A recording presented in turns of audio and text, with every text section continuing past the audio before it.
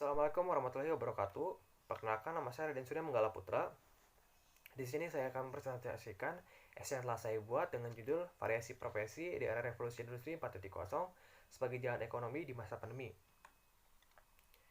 Ia berbicara mengenai pandemi tentu tidak akan ada habisnya ya. Setiap berita, setiap media pasti akan menyiarkan mengenai pandemi. Karena memang menyesuaikan dengan keadaan kita saat ini. Sebenarnya ada beberapa hal yang melatar belakangi saya mengambil topik permasalahan ini. Yang pertama adalah tentu karena Indonesia sampai saat ini masih menghadapi krisis pandemi. Krisis pandemi ini dimulai sekitar akhir 2019 ke awal 2020, di mana dimulai dari negara Cina dan merebak ke negara lainnya, serta sampai ke Indonesia pada pertengahan bulan Maret sampai dengan menuju ke awal April. Dan bahkan sampai saat ini kerusakannya dan efeknya masih terasa. Lanjutnya karena tingginya dampak pandemi ini terhadap sektor ketenagakerjaan. Berbicara mengenai sektor yang terkena dampak pandemi ini, hampir di setiap negara, sektor-sektor negara ini pasti terkena, mulai dari ekonomi, politik, budaya, keamanan, dan ketahanan, bahkan sektor lainnya pasti akan terkena dampak dari pandemi. Tetapi seperti yang kita tahu sendiri, ekonomi yang merupakan salah satu fondasi sebuah negara, jika terkena sebuah permasalahan tentu akan menyebabkan negara tersebut akan goyah. Begitu juga di Indonesia, karena uh, ekonomi dan ketenaga kerjaannya yang dimana kedua sektor yang berkaitan terkena dampak dari pandemi. Dan selanjutnya adalah karena uh, kebetulan kita sedang ada di era revolusi industri 4.0, di mana penggunaan robotik, penggunaan internet, penggunaan media digital, lalu penggunaan data dalam skala besar sedang giat-giatnya di berbagai sektor. Sebelum berbicara mengenai ekonomi dan ketenagakerjaan lebih lanjut, tentu ada baiknya kita melihat dulu data mengenai pertumbuhan ekonomi di Indonesia akibat pandemi. BPS atau Badan Pusat Statistik menyatakan bahwa pada bulan Agustus lalu eh, pertumbuhan ekonomi Indonesia pada kuartal 2 mencapai pada angka minus 5,32%. Ya, minus tentu berarti bukannya ada pertumbuhan, justru adanya penurunan dan juga kerugian. Selanjutnya, uh, ternyata ekspor impor ke Cina mengalami keterlambatan. Tentu hal ini terjadi karena Cina sebagai negara yang paling pertama sekaligus sumber dari pandemi ini pasti akan mengalami kegoyahan di negaranya karena banyak korban jiwa yang berjatuhan dan banyaknya atau tingginya dampak pandemi pada negaranya. Selain itu juga sentimen investor terhadap pasar global yang menyebabkan pasar global cenderung ke arah negatif.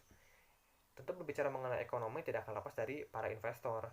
Nah, sedangkan pada masa pandemi ini investor jadi ragu-ragu dan goyah pendiriannya untuk melakukan investasi karena ditampakkan akan mengalami kerugian. Lalu selanjutnya adalah ada analisis sensitivitas terhadap pertumbuhan ekonomi, di mana jika di Cina terjadi keterlambatan 1%, maka akan berefek pada Indonesia yaitu minus 0,09%. Di sini memperlihatkan bahwa Cina yang merupakan negara didaya ekonomi dapat mempengaruhi negara relasi dan negara sekitarnya apabila terjadi kekacauan di negaranya. Lalu juga kita harus meninjau dan melihat data mengenai ketenagakerjaan di Indonesia, yaitu mengenai data dari pekerja yang dirumahkan dan di PHK akibat pandemi ini. Untuk sektor informal sendiri terdapat 39.977 perusahaan yang merumahkan dan mem-PHK para pekerjanya. Sehingga total ada 1.010.579 pekerja yang terkena dampak dari pandemi ini. Selain itu di sektor informal sendiri ada 34.493 perusahaan yang merumahkan dan PHK pekerjanya, sehingga total ada 189.000 kurang lebihnya pekerja yang terkena dampak ini. Ini pun baru sektor informal dan sektor formal, belum lagi pekerja-pekerja lepas dan para freelance dan pekerja lainnya yang terkena dampak ini. Pasti akan lebih banyak jika didata. Lalu kita akan berbicara mengenai jenis pekerjaan seperti apa yang terkena dampak pandemi ini dan juga fasilitas umum apa yang terkena dampak pandemi ini. Untuk jenis pekerjaannya sendiri yaitu pekerjaan yang membutuhkan interaksi antara satu sama lain dan juga pekerjaan yang banyak berkumpul dalam satu tempat. Untuk fasilitas umum sendiri adalah fasilitas umum yang sering digunakan masyarakat banyak, atau fasilitas umum di mana di tempat tersebut dapat berkumpul banyak orang sekaligus. Tentu itu tidak diperbolehkan meninjau dari kondisi pandemi ini. Dan di sini juga tertera beberapa jenis pekerjaan yang diperbolehkan tetap buka dan juga fasilitas umum yang diperbolehkan tetap buka. Ya, untuk pekerjaannya sendiri itu jenis-jenis pekerjaan yang merupakan pekerjaan pokok, pekerjaan penting bagi negara. Yang apabila pekerjaan ini dihentikan, maka bukan hanya ekonomi yang akan runtuh, tetapi juga sektor lainnya pun akan terkena imbas yang cukup parah. Dan untuk fasilitasnya sendiri adalah fasilitas-fasilitas kesehatan dan fasilitas lainnya yang merupakan fasilitas pelayanan masyarakat yang utama. Tentu hal ini tetap buka meninjau dari kondisi pandemi ini, di mana meskipun harus menghindari perkumpulan, tetapi juga kita harus ingat dan kita harus menjaga kebutuhan kita. Sebenarnya pandemi ini bukan hanya menghilangkan pekerjaan, tetapi juga menghadirkan berbagai pekerjaan. Di sini ada beberapa daftar pekerjaan yang hadir akibat adanya pandemi. Dimulai dari pekerjaan yang berhubungan langsung dengan pasien pandemi, seperti para pengurus pasien maupun yang melakukan tes swab, maupun para pembuat batas dan lainnya. Ada juga pekerjaan-pekerjaan seperti pembuat masker yang di luar ruang lingkup pengurusan pasien corona, dan juga ada Zoom support spesialis, karena seperti yang kita tahu pada masa pandemi ini meeting online lebih banyak dilakukan lebih banyak digunakan, sehingga Zoom support spesialis tentu akan dibutuhkan pada masa pandemi ini. Di sini juga ada karakteristik pekerjaan di era revolusi industri 4.0. Di sini kita akan beralih mengenai pembahasan revolusi industri 4.0, di mana pekerjaannya yang pertama bersifat analisis. Tentu seperti analisis data, ataupun analisis suatu hal, analisis daftar keluhan, kualitas, kuantitas, dan lainnya. Yang kedua adalah pekerjaan yang menggunakan kemampuan matematika. Tentu berkembangnya teknologi akan beriringan dengan matematika, karena teknologi dan matematika itu dua hal yang saling berkaitan. Lalu juga ada penggunaan atau bersifat teknologi digital. Seperti yang kita tahu sendiri, pada era revolusi industri 4.0 ini, penggunaan digital adalah sedang giat-giatnya, baik itu media sosial maupun media berita online lainnya pasti akan digunakan atau akan meningkat penggunaannya di era revolusi industri 4.0 ini.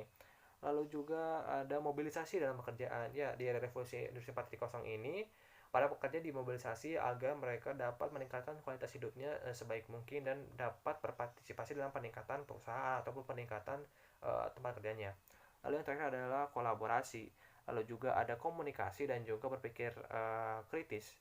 Tentu pada era revolusi industri 4.0 di mana penggunaan teknologi dan lainnya itu meningkat, maka dibutuhkan sumber daya manusia yang berkualitas tinggi untuk menunjang peningkatan kadar pekerjaan ini. Di sini juga ada beberapa contoh-contoh pekerjaan di era revolusi industri 4.0, mulai dari pembuat konten ataupun digital public relation, ada copywriter ataupun content writer dan lainnya, di mana pekerjaan ini lebih berfokus kepada penggunaan teknologi oleh sebuah individu daripada pekerjaan yang berinteraksi dengan manusia lain. Ya, di sini kita akan membahas mengenai kaitan dari lapangan pekerjaan di era revolusi industri 4.0 dengan pekerjaan di era COVID-19.